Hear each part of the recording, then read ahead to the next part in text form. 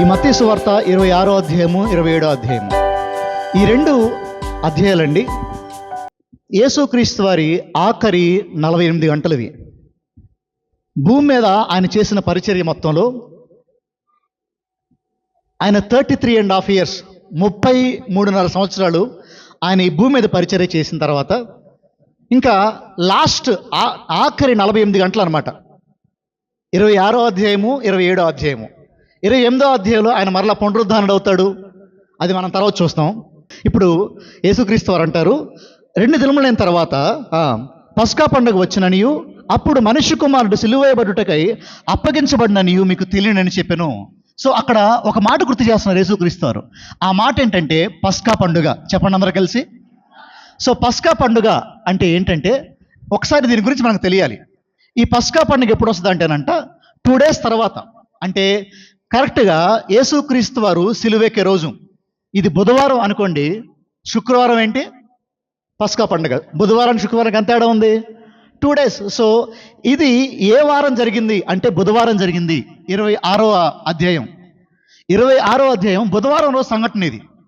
So ఈ పస్కా పండుగ ప్రభు గుర్తు చేసుకుంటూ అంటున్నాడు, 2 days తర్వాత నేను చనిపోబోతున్నాను అని మరలా వారి జ్ఞాపకం చేస్తున్నాడు.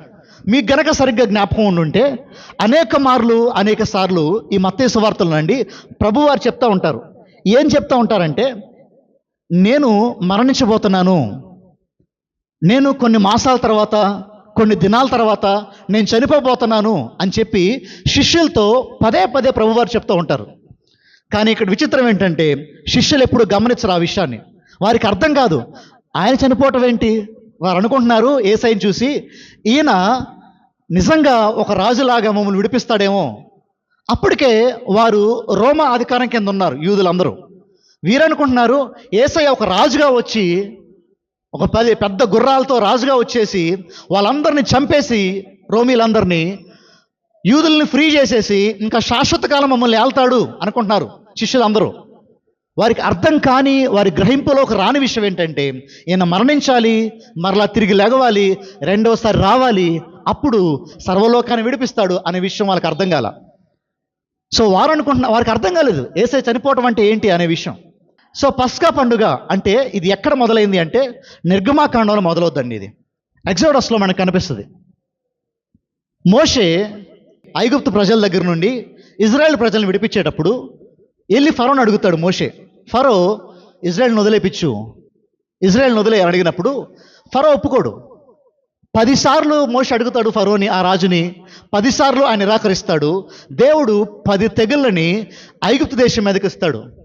ఆ 10 తెగుళ్ళలో ఆఖరి తెగులు ఏంటో తెలుసా? ఐగుప్తు దేశంలో ఉన్న ప్రతి ఒక్క ఇంట్లో ప్రథమ ఫలాన్ని దేవుడు చంపేస్తాడు.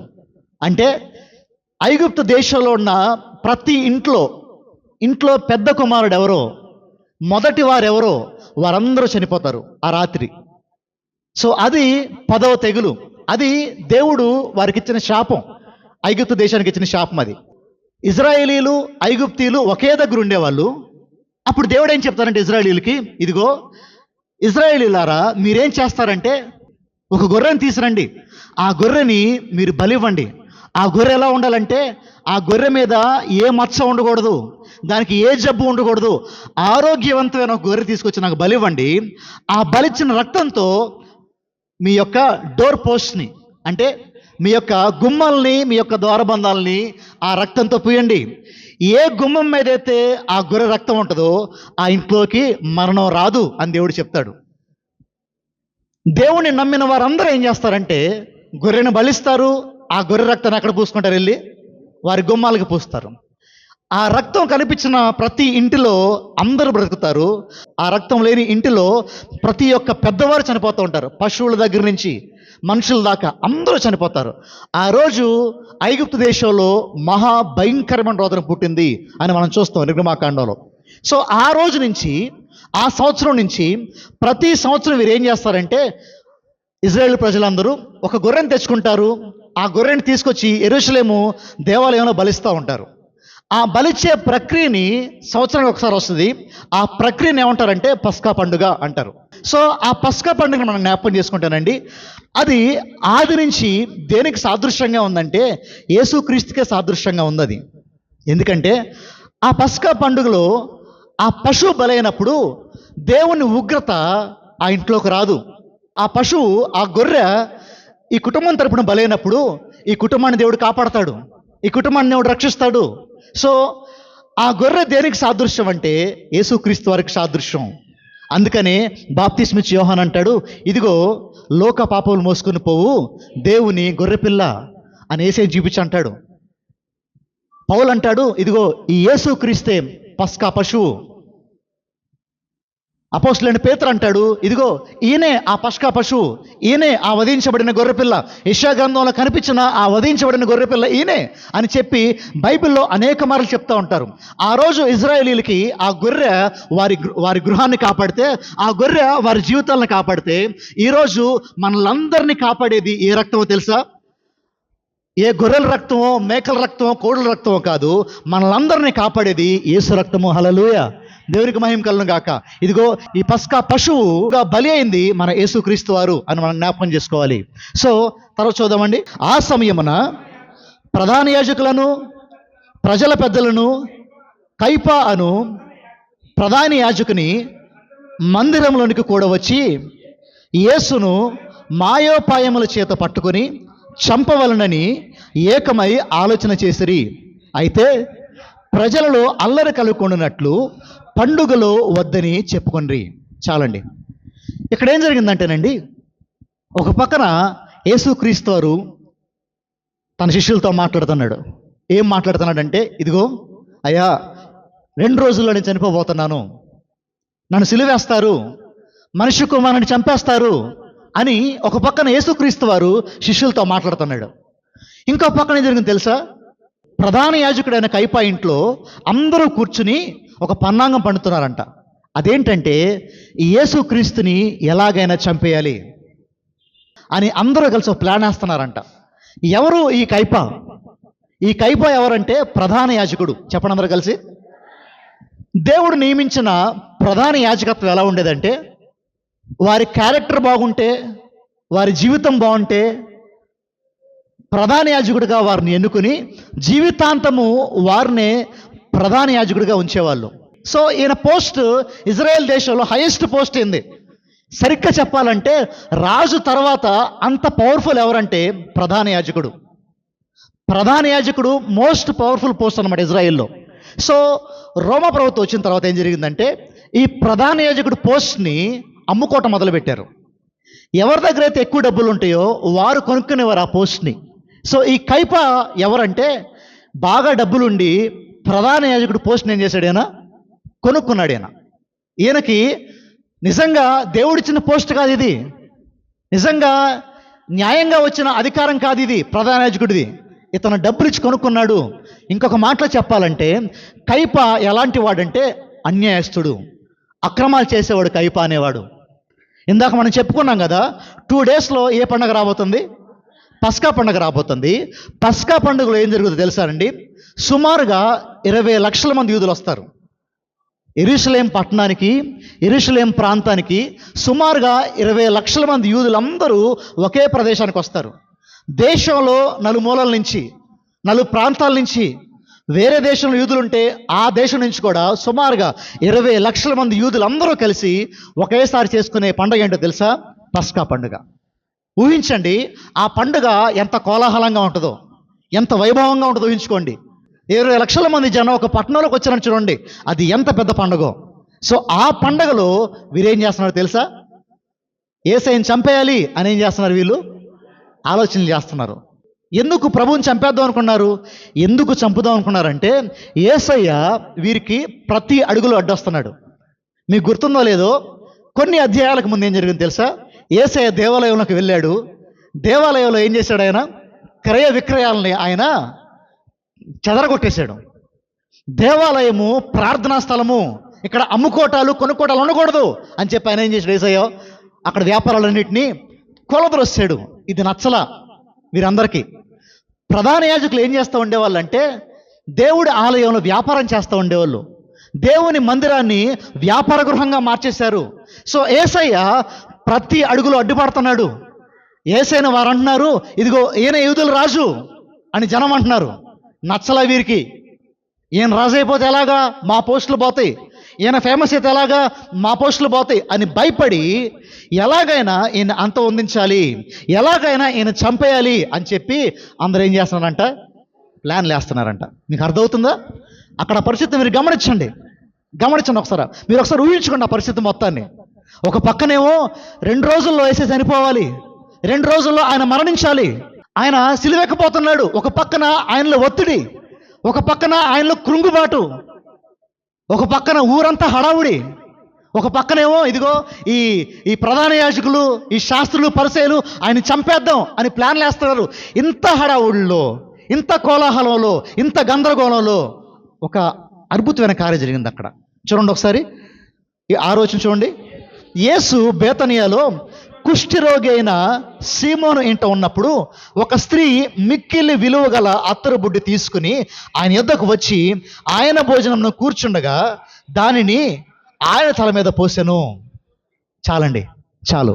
ఇక్కడ ఒక మాట మీరు గమనించాలి. ఇప్పుడే చెప్పుకున్నాం కదా, చుట్టూ అంతా గందరగోళం. మీరు ఒకసారి ఊహించుకోండి, ఒకసారి ఈ మాట ఊహించుకోండి. 48 గంటల్లో మీరు చనిపోతారు అని మీకు తెలుసు అనుకోండి, ఎలా ఉంటారు మీరు? ఏ బాధ లేకుండా ఉంటారా? హాయిగా ఉంటారా? ఎలా ఉంటారు? ఎంతో వేదన, ఎంతో బాధ, అవన్నీ మన మైండ్లో ఉంటాయి కదా. ఒకసారి మీరు ఊహించండి, యేసుక్రీస్తు వారు ఎలాంటి పరిస్థితుల్లో ఆయన ఉన్నాడో మీరు ఊహించుకోండి ఒకసారి. ఆయన ఎలాంటి పరిస్థితి గుండా ఆయన వెళ్తున్నాడో మీరు గమనించుకోండి ఒకసారి. కొద్ది సేపటి తర్వాత ఆయన గెత్సెమనేలోకి వెళ్తాడు. గెత్సెమనేలో ఆయన ప్రార్థన చేస్తుంటే ఏమైందో తెలుసా? ఆయన చెమట ఎలా మారిందంట? రక్తంగా మారింది. ఒక మనిషి చెమట రక్తం ఎప్పుడు మారో తెలుసా? ప్రెషర్ ఎక్కువైపోతే, మనిషిలో ఆలోచన ఒత్తిడి ఎక్కువైపోతే, ఆ మనిషిలో ఒత్తిడి తీవ్ర స్థాయికి వెళ్ళిపోతే అప్పుడు ఏమవుతుందో తెలిసిన, చెమట రక్తంగా మారిపోద్ది. సైన్స్ చెప్పుద్ది మాట. అంత ఒత్తిడిలో యేసుక్రీస్తు వారు ఉన్నారు. చుట్టుపక్కల అంత హడావుడి, అంత జనాలు, ఒక పక్కనేమో ఆయన చంపేద్దాం అని పన్నాగాలు. ఇంత హడావుడిలో యేసయ్య అంట ఒక ఇంటికి వెళ్ళాడంట. ఎవరింటికో తెలుసా? కుష్ఠిరోగి అయిన సీమోను. ఈ కుష్ఠిరోగి అయిన సీమోను, ఈయనకు కుష్ఠవ్యాధి ఇంకా లేదు, కుష్ఠవ్యాధి పోయింది. కుష్ఠవ్యాధి ఉన్న వారిని ఎవరిని ఊరిలోకి రానివ్వరు. యేసుక్రీస్తు వారు ఈ కుష్ఠరోగి అయిన సీమోని స్వస్థపరిచాడు. ఆయన స్వస్థపరిచిన తర్వాత ఇదిగో ఆయన పేరు అంతే ఉంది, ఇంకా కుష్ఠరోగి అని ఆయన జ్ఞాపకం చేసుకున్నారు. సీమోని ఇంటికి వెళ్ళాడంట భోజనానికి. ఆ ఇంట్లో ఎవరున్నారు? ఒక స్త్రీ ఉందంట. ఆ స్త్రీ ఏం చేసిందంటే ఒక అత్తర బుడ్డి తీసుకొచ్చిందంట యేసు దగ్గరికి. ఆ స్త్రీ పేరు ఏంటో తెలుసా? మరియా. ఆ స్త్రీ పేరు చెప్పండి. ఆ స్త్రీ పేరు ఏంటి? మీకు గుర్తున్నారా? మరియా, మార్తా, లాజరు. గుర్తున్నారా? వీరు కుటుంబం కదా. సో ఈ స్త్రీ ఎవరంటే ఇదిగో ఈ ముగ్గురులో ఒకరు ఈవిడ. మరియా, మార్తా, లాజర్లో ఈ స్త్రీ ఒకరు. ఈవిడ పేరు ఏంటంటే మరియా. ఈవిడ గురించి ఎక్కడ కనిపిస్తుంది అంటే మనకి మార్కు సువార్తలో, యోహాను సువార్తలో కనిపిస్తూ ఉంటుంది మనకి. ఇంత కోలాహలంలో, ఇంత హడావుల్లో, ఇంత గందరగోళంలో ఈ మరి అంట ప్రభు దగ్గరికి వచ్చిందంట. ఎలా వచ్చింది తెలుసా? ఖాళీగా రాలేదు ఈవిడ. ఏం తీసుకొచ్చిందంట? ఒక అత్తరబుడ్డి తీసుకొచ్చింది. ఈ అత్తరబుడ్డి విలువ ఎంతో తెలుసా అండి? 300 దేనారముల అత్తరబుడ్డి విలువ. ఆ అత్తరబుడ్డి తీసుకొచ్చేసి అక్కడ పగలగొట్టి యేసయ్య ముందు ఆ అత్తర్ని యేసయ్య తలకి, యేసయ్య పాదాలకి ఏం చేస్తుందంట? ఆవిడ రాస్తా కూర్చుందంట. ఆవిడ జుట్టుతో యేసయ్య పాదాలు ఏం చేస్తుంది? కడుగుతా, తుడుస్తా ఉందంట కన్నీరుతో. మీరు గమనించండి ఒకసారి, మీరు ఆ విషయాన్ని ఊహించుకోండి. మరియా ఎందుకు అలా చేసింది? మరియా అంత కాస్ట్లీయెస్ట్ బాటిల్ని 300 దేనారములు అంటే మీకు చెప్పనా, 1 సంవత్సరం అంతా పనిచేస్తే వచ్చే కూలది. మీరు ఊహించుకోండి, మీకు రోజుకి ఎంత వస్తాయి? పెయింటింగ్ పనికి వెళ్ళే వాళ్ళకి ఎంత వస్తాయి? సుతార పనికి వెళ్ళే వాళ్ళకి ఎంత వస్తాయి? సో అది ఇది యావరేజ్ చేసుకుని ఒక 500 అనుకుందాం రోజుకి. నెలకెంత? రోజుకి 500 అంటే సామెల్ గారు 15,000. సంవత్సరానికి ఎంత? 1,80,000 పెట్టి ఒక సెంటు బాటిల్ కొని, మన భాషలో ఈరోజు మన ఖర్చులో చెప్పాలంటే 1,80,000 సెంటు బాటిల్ మన ముందు పగలగొట్టింది అనుకోండి ఒక ఆవిడ. భలే చేసావమ్మా అంటావా? ఏమంటావు? దీనికి బుద్ధి ఎక్కడ పోయింది అంటాం, దీనికి జ్ఞానం లేదంటాం. మీరు ఊహించండి, మరీ చేసిన విషయాన్ని మీరు గమనించండి. అంత కాస్ట్లీయెస్ట్ బాటిల్ని సంవత్సరం అంతా కష్టపడినా వచ్చే ఆ డబ్బుల్ని ఆవిడ పోగేసుకుని ఏం చేసింది తెలుసా? యేసయ్యకి ఆవిడ ఒక అత్తరు బుడ్డి తెచ్చింది. ఎందుకు చేసింది? బహుశా యేసయ్యలో చూసుంటుంది ఆవిడ, యేసయ్యని గమనించుంటుంది, ఆయనలో ఉన్న ఒత్తిడిని ఈవిడ గమనించుంటుంది మరియా, ఆయనలో ఉన్న కృంగుబాటుని మరియా గమనించి ఉంటుంది, ఆయన గ్రహిస్తుంది. ఇప్పుడు ఏం చేస్తుంది తెలుసా? ఈవిడ చేయగలిగింది ఏంటంటే ఆరాధన. ఇప్పుడు మరియ జీవితంలో దేవుడు ఎన్నో అద్భుతాలు చేశాడు. తన సహోదరుడైన లాజరు చనిపోయినప్పుడు ఆయన ఏం చేశాడు? మరలా తిరిగి లేపాడు. కొంతమంది బైబిల్ స్కాలర్స్ బైబిల్ పండితులు అంటారు, ఇదిగో ఈ కుష్ఠరోగి అయిన సీమోను మరే చుట్టం అంటారు. అంటే తన దగ్గర వాడైన సీమోన్ని దేవుడు ఏం చేశాడు? స్వస్థపరిచాడు కుష్ఠరోగం నుంచి. సో తన జీవితంలో దేవుడు ఎన్నో అద్భుతాలు చేశాడు, తన జీవితంలో దేవుడు ఎన్నో మేలు చేశాడు. ఆయన చేసిన మేలును బట్టి, ఆయన చేసిన కార్యాలను బట్టి ఇప్పుడు మరేం చేస్తుంది తెలుసా? దేవుణ్ణి ఆరాధిస్తుంది. ఎలా ఆరాధిస్తుంది? ఎలా ఆరాధిస్తుంది? పాటలు పాడుతుంది దేవుని ముందు కూర్చుని. తన జీవితంలో విలువైంది, కాస్ట్లీయెస్ట్ గిఫ్ట్, తన సంవత్సరం అంతా కష్టపడి సంపాదిస్తూ వచ్చిన డబ్బంతా తీసుకుంది, ఒక అత్తర డబ్బా కొనింది, ప్రభు దగ్గరికి వచ్చింది, అది పగలగొట్టి ప్రభు తలకి ప్రభు పాదాలకి ఆవిడ రాసుకుంటూ కన్నీరుతో ఆయన పాదాలు ఏం చేస్తుంది? ఆవిడ తుడుస్తా ఉందంట. ఒకసారి మీరు గమనించండి ఆ సిచ్యువేషన్ని, ఆ పరిస్థితిని మీరు ఒకసారి ఊహించుకోండి. ఎంత ప్రేమించింది మరియా, ఎంత డీప్గా ప్రేమించింది యేసయ్యని మరియా. ఈ ప్రేమ మాటలో లేదు మరియది. ఈ ప్రేమ ఏదో అయ్యా నేను ప్రేమిస్తున్నానని చెప్పే ప్రేమ కాదు, ఇది క్రియ చేసి చూపించింది. మీరు ఒక మాట గమనించారు, అక్కడ శిష్యులు చూస్తున్నారు, కోప్పడ్డదన్నారు, ఇంత వేస్ట్ చేసేవేంటి అన్నారంట. మీరు గమనించండి, ఆవిడ ఆరాధన ఎలా చేసిందో చూసారా? చుట్టుపక్కల ఎవరేమనుకుంటున్నారు అని ఆలోచించలేదు ఈవిడ. ఒక మనిషి పాదాలు కడగాలి అంటే మీరు ఊహించుకోండి ఒకసారి ఆ విషయాన్ని. ఒక మనిషి పాదాలని తన జుట్టుతో తుడవాలంటే చాలా తక్కువ విషయం కదా. ఆ తక్కువ పని కూడా ఈవిడ ఎంత బాగా చేస్తుంది చూసారా? ఎవరిని పట్టించుకోవట్లా, చుట్టుపక్కల ఎవరేమనుకుంటున్నారు అని గమనించట్లేదు ఈవిడ. ఏం చేస్తుందంటే, ఆవిడ యేసయ్యని ప్రేమించింది. ఆ ప్రేమ ఎంత బాగుందంటే ఎవరేమనుకుంటున్నారు, ఎవరేం చూస్తున్నారు, ఎవరేం గ్రహిస్తున్నారు నన్ను గురించి ఏం పట్టించుకోవట్లా. కేవలము యేసయ్యని చూసింది, ఆయన్ని మాత్రమే గమనిస్తుంది, ఆయనకి మాత్రమే ఈవిడ సర్వీస్ చేస్తుంది, ఆరాధన చేస్తుంది.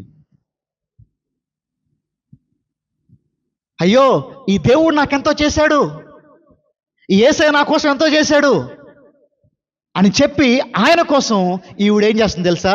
ఆవిడ జీవితంలో కాస్ట్లీయెస్ట్ గిఫ్ట్, ఆవిడ జీవితంలో విలువైన విషయాన్ని ప్రభువుకి తీసుకొచ్చేసింది. ఒక మాట చెప్పనేవ్వండి, ఈరోజు ఆరాధన అంటే ఏ పాటలకో ప్రసంగాలకో కానుకలకో పరిమితమైంది కదా. ఆరాధన సాక్రిఫైస్తో కూడింది, ఆరాధన త్యాగంతో కూడింది ఆరాధన. ఈరోజు ఆవిడ స్థాయికి మించి ఇచ్చిందండి మరియా. ఆవిడ స్థాయి కాదు అత్తర డబ్బా, అంత విలువైన వస్తువు ఆవిడ ఇవ్వటానికి ఆవిడ స్థాయి కాదు, ఆవిడ స్థాయికి మించి, ఆవిడ తాహతకి మించి ప్రభువుకి ఇచ్చింది. ఆరాధన ఇప్పుడు ఎలా ఉంటుంది? ఆరాధన ఎలా ఉంటుంది తెలుసా? త్యాగపూరితముగా ఉంటుంది. బియాండ్ అవర్ లెవెల్, మన ఎఫర్ట్ చేయగలిగిన దానికంటే, మన స్థాయి కంటే, మన పరిమితుల కంటే ఎక్కువ ఇవ్వగలిగేదే ఆరాధన. ఆ రోజు మనం గమనించాం కదా, అబ్రహాం దగ్గరికి వెళ్ళి, అబ్రహాము ఆరాధన అంటే ఏంటి అంటే అబ్రహాం చెప్పాడు, ఒక్కగానొక్క కుమారుడైన ఇస్సాకుని యేసయ్య కోసం ఇచ్చేయటమే, అదే ఆరాధన. పౌలు ఏంటి ఆరాధన? ఇదిగో నా జీవితాన్ని మొత్తాన్ని ప్రభువు కోసం అర్పించడం ఆరాధన. మరియమ్మ దగ్గరికి వచ్చి, మరియమ్మ ఆరాధన అంటే ఏంటి? మరియమ్మ అనింది, విలువైందండి నా జీవితంలో. ప్రతిరోజు కూలికెళ్ళి 365 రోజులు సంవత్సరం అంతా కష్టపడి నేను డబ్బులు పోగేసి ఆ డబ్బులతో తినకుండా, ఖర్చు పెట్టుకోకుండా, కుటుంబానికి దాచిపెట్టుకోకుండా అవన్నీ తీసుకొచ్చి ప్రభు ముందు పారేసింది చూసారా అత్తరబుడ్డితో అనింది. ఇది ఆరాధన. కన్నీటితోనంట ప్రభు పాదాలు తడుస్తూ ఉందంట. మీరు గమనించండి ఎంత ప్రేమించింది మరియా యేసయ్యని. చుట్టుపక్కల అందరూ అంటున్నారు, నువ్వు వేస్ట్ చేస్తున్నావు ఈ డబ్బులన్నిటిని, ఏం పట్టించుకోవట్లా. నిజంగా నువ్వు ఆరాధన చేస్తే, నిజంగా నువ్వు దేవుని కోసం నిలబడితే చుట్టుపక్కల ఎవరేమన్నా సరే నువ్వు పట్టించుకో, ఎవరేమన్నా సరే పట్టించుకో. ఈరోజు సాకులు చెప్తూ ఉంటాం, అమ్మో నేను నన్ను వాళ్ళు అదంటున్నారండి, వీళ్ళు అదంటున్నారండి. లేదు లేదు, నువ్వు నిజంగా దేవుణ్ణి ప్రేమిస్తే, from the bottom of your heart నువ్వు దేవుణ్ణి ప్రేమిస్తే ఎవరేమన్నా పట్టించుకో. మరియలాగా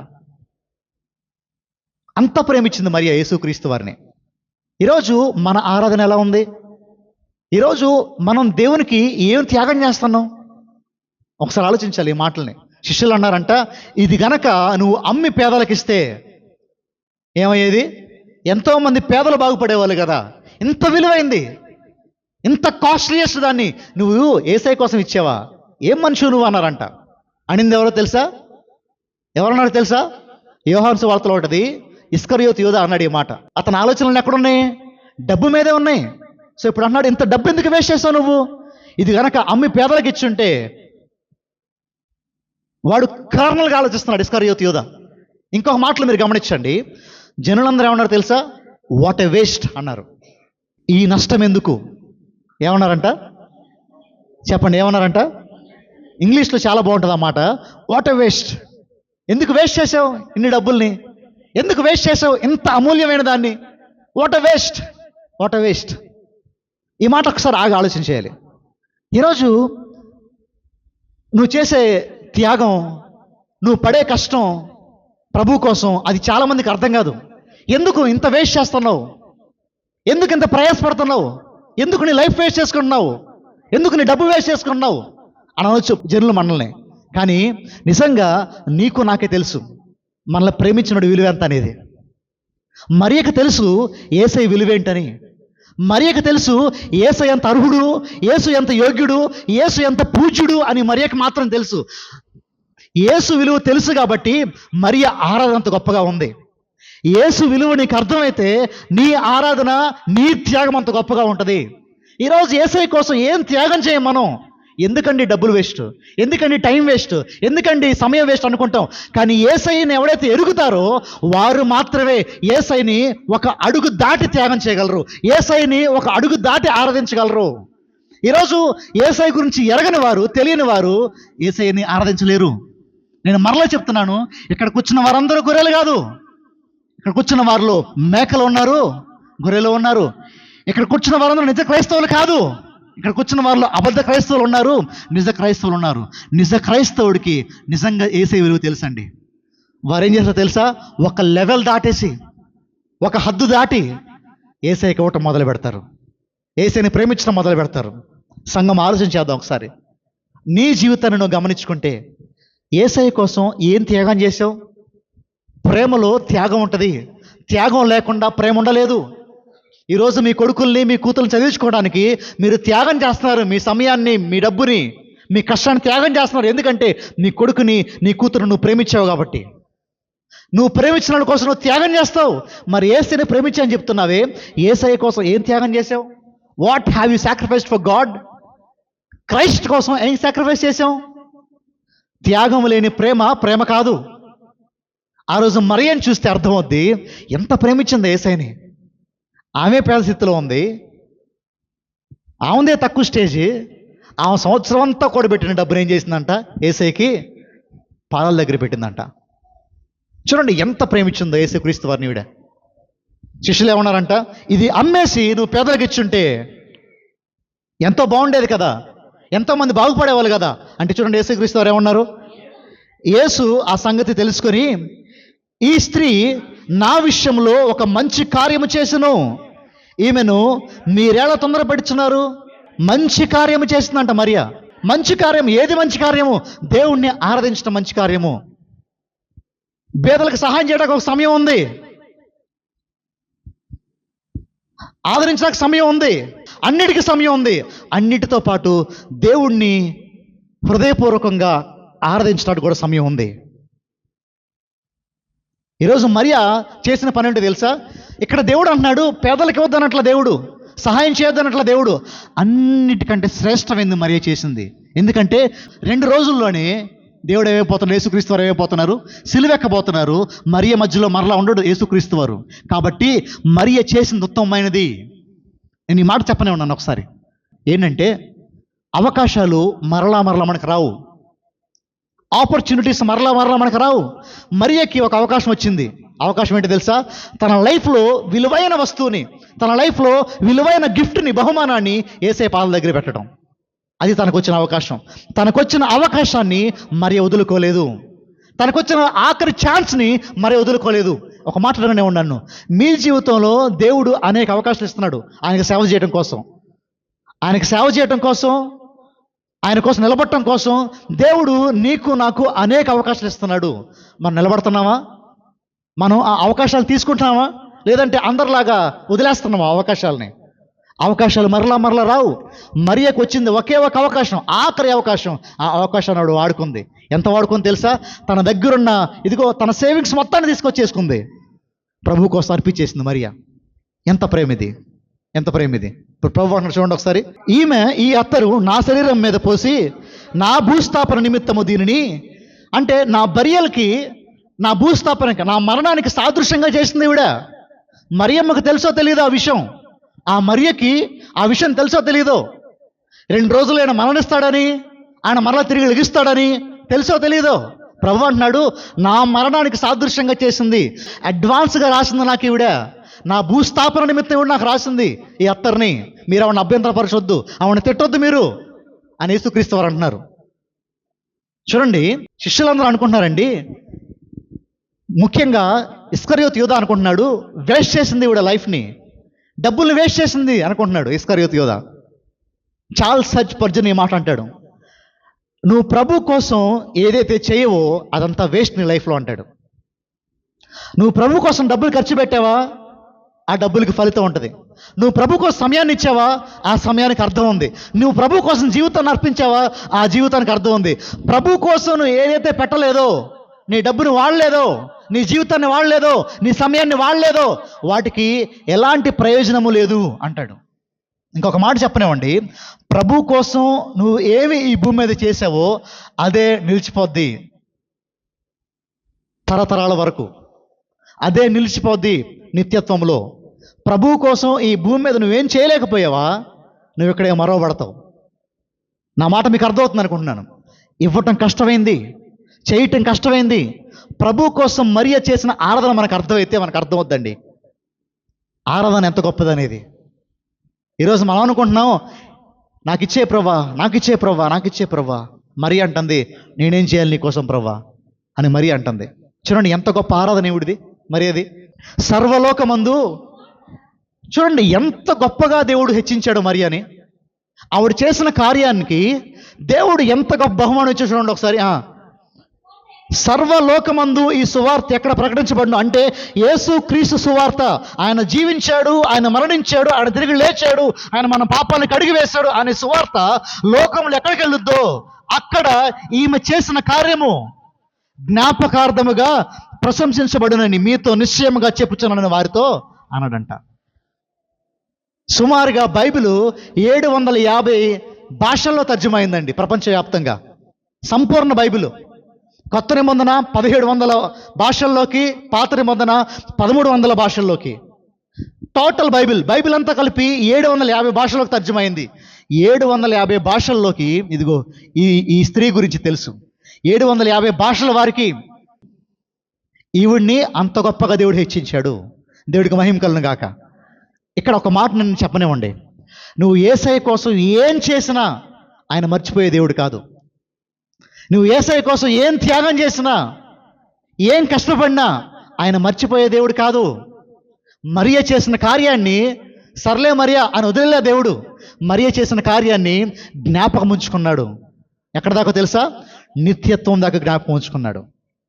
ఈరోజు సంగమా ఒక మాట చెప్పనివ్వండి, నీవు చేసే సర్వీస్ని, నీవు చేసే త్యాగాన్ని యేసయ్య కోసం నువ్వు ఏం చేసినా సరే ఆయన జ్ఞాపకం ఉంచుకునే దేవుడు ఆయన.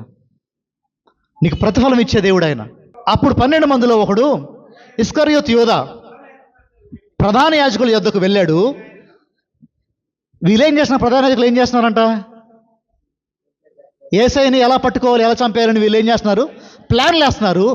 వాళ్ళ దగ్గరికి వీడు వెళ్ళాడు. ఇప్పుడు ఏమంటున్నారంట? వెళ్ళి నేను ఆయన మీకు అప్పగిస్తాను, నాకు ఎంత ఇస్తారు అంటే వాళ్ళు అన్నారంట 30 వెండి నాణాలు నీకు ఇస్తాను, నువ్వు యేసుక్రీస్తుని మాకు అప్పగించని 30 వెండి నాణాలు ఇచ్చారంట. ఎవరికి ఇచ్చారు? ఇస్కరియోతు యోధాకి. ఆ రోజు నుంచి యేసయ్యని ఎప్పుడు పట్టిద్దామా అని చూస్తున్నాడు. చూడండి, 2 క్యారెక్టర్స్ అండి, 2 క్యారెక్టర్స్. ఒక ఆమె పేరేంటి? మరియా, ఇంకొక ఆయన పేరేంటి? ఇస్కరియోతు యోధా. ఇద్దరిది 2 రకాల ఆలోచనలు. మరియమ్మేమో యేసయ్య కోసం నేను ఇంకేం చేయగలను, యేసయ్య కోసం నేను ఇంకేం ఇవ్వగలను అని చూస్తుంది. మరియా అంటుంది, అయ్యా ఇప్పటికే నా కోసం చాలా చేసావు, నువ్వు నా సహోదరుని లేపావు, ఇదిగో ఈ కుష్ఠరోగాన్ని సీమోని స్వస్థపరిచావు, నన్ను రక్షించావు, నన్ను కాపాడావు, నా పాపాలు తీసివేశావు, నువ్వు చేసింది చాలు, ఇంకా నేను నీకోసం ఏం చేయగలనయ్యా అని మరియా అంటుంది. ఇంకొకడు అంటున్నాడు, నిన్ను నమ్ముకుంటే నాకేమొస్తుంది, నాకు ఇంకా కావాలి, నాకు ఇంకా కావాలి, నాకు డబ్బులు కావాలి, నాకు అది కావాలి, నాకు భూములు కావాలి, నాకు ఆస్తులు కావాలి, నాకు ఉద్యోగం కావాలి అని ఇంకొకడు అంటున్నాడు. చూడండి, ఇద్దరిలో ఎంత భేదం ఉందో గమనించండి ఒకసారి మీరు. ఈరోజు ఈ మాటను ఆలోచించేద్దాం. మనం కూడా చాలాసార్లు ఏం చేస్తాం తెలుసా? ఎందుకు యేసయ్యని నమ్ముకున్నామండి అంటే నాకు ఉద్యోగం కోసం. ఎందుకు సంఘానికి వస్తున్నామండి? నా పిల్లల పెళ్లి కోసం. ఎందుకు ప్రభువుని నమ్ముకున్నావు? అప్పులు పోవటం కోసం, ఆరోగ్యం కోసం. ఇదంతా ఇస్కరియోతు యోధా బాపతి. ఇస్తే హల్లెలూయా అంటాం, ఇవ్వకపోతే ఇదేం దేవుడండి అంటాం. మరియా ఎలా ఉందో తెలుసా? అయ్యా ఇప్పటికే నా కోసం చాలా చేసావు, నువ్వు నా కోసం మరణించావు, నా కోసం తిరిగి లేచావు, నా పాపాలు తీసివేసావు, నాకు పరలోకం ఇచ్చావు, ఇప్పుడు చెప్పు నేను నీకోసం ఏం చేయాలి అని మరియా అంటుంది. ఈ రెండిట్లో ఏ బాపతి మనం? ఈ రెండిట్లో ఎక్కడున్నాం మనం? మన ప్రార్థనలో, మన ఆరాధనలో, మన పరిచర్యలో నాకేం వచ్చింది, నాకేంటి అని చూసుకునే ఈ నేటి క్రైస్తవ్యంలో మరియ లాంటి క్రైస్తవులు కావాలి దేవునికి. మరి ఎలా ఉందో తెలుసా? అయ్యా నాకేమిస్తావు అన్నట్లా. మరియకి అర్థమైంది, అయ్యా ఇంకా నేనేం చేయగలను, ఇంకా నేను ఎంత ఇవ్వగలను, ఇంకెంత ప్రేమించగలను చెప్పు, ప్రేమిస్తాను. This is real worship. ఇది నిజమైన ఆరాధన. ఇది పౌలు చెప్పిన ఆరాధన. సజీవ యాగముగా మన శరీరములను ఆయన సమర్పించుకోవడం అంటే ఏంటో తెలుసానండి? ఇది మరియ లాంటి ఆరాధన. ఈరోజు ఎలాగా మనం సంఘంలో ఉంటున్నాం? ఇస్కరియోతు యోధా లాగా ఉన్నావా? మరియలాగా ఉన్నావా? యోధా లాంటి స్వభావం ఎప్పుడు కోరుకుంటుంది, నాకు కావాలి, నాకు అది ఇవ్వయ్యా, నాకు ఇది ఇవ్వయ్యా, నాకు అది చేయి.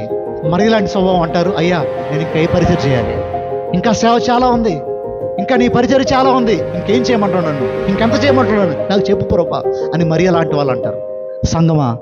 సంఘములో ఈ 2 రకాల గుంపులే ఉన్నాయి. ఒకటి యోధా గుంపు, ఇంకొకటి ఏ గుంపులో ఉన్నావు నువ్వు? నిజంగా ఆలోచించుకోవాలి ఈ మాటను మనం.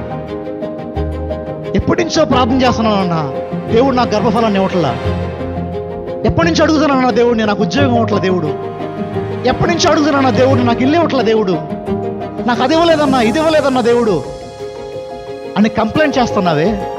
మరి అలాగే ఎప్పుడన్నా, అయ్యా నాకు ఇప్పటికే పరలోకం ఇచ్చావు కదా, నువ్వు ఉచితంగా రక్షణ ఇచ్చావు కదా, నా కోసం మరణించి తిరిగి లేచావు కదా, అయ్యా నీకోసం ఏం చేయమంటావు చెప్పు నన్ను అడిగే ఎప్పుడన్నా దేవుడిని? ఎలాంటి ప్రార్థన చేసావా? నేను మరలా చెప్తున్నాను, ప్రభు కోసం మీరు కొన్ని త్యాగాలు చేస్తుంటే, మీరు కొన్ని ఇవ్వటం కోసం ప్రభు కోసం ముందుకు వస్తే జనులు అందరూ తిడతారు, అందరికి అర్థం కాదు. నీ కుటుంబస్తులు అంటారు, ఎందుకంత వేస్ట్ చేసుకున్నావు నీ డబ్బుల్ని, ఎందుకంత వేస్ట్ చేసుకున్నావు నీ జీవితాన్ని అని కుటుంబస్తులే అంటారు. కానీ జ్ఞాపకం చేసుకో, నువ్వు చేసేది ప్రభు చూస్తున్నాడు. మరియకు బహుమానం ఇచ్చిన వాడు నీకు కూడా ఏం చేస్తాడు? ఆయన బహుమానం ఇస్తాడు. ఈరోజు ఆఖరికి మాట చెప్పి నేను ముగ్గు చేస్తాను. ప్రభు కోసం నువ్వు ఏం చేసినా దట్ ఈస్ నాట్ వేస్ట్, అది వేస్ట్ అయినట్టు కాదు. ప్రభు కోసం ఏం చేసినా ఆయన అంటాడు, గిన్నెడు చన్నీళ్ళు ఇచ్చినా సరే మీ ఫలితాన్ని మీరు పోగొట్టుకోరు. ఏ త్యాగం చేస్తున్నా ప్రభు కోసం మనం?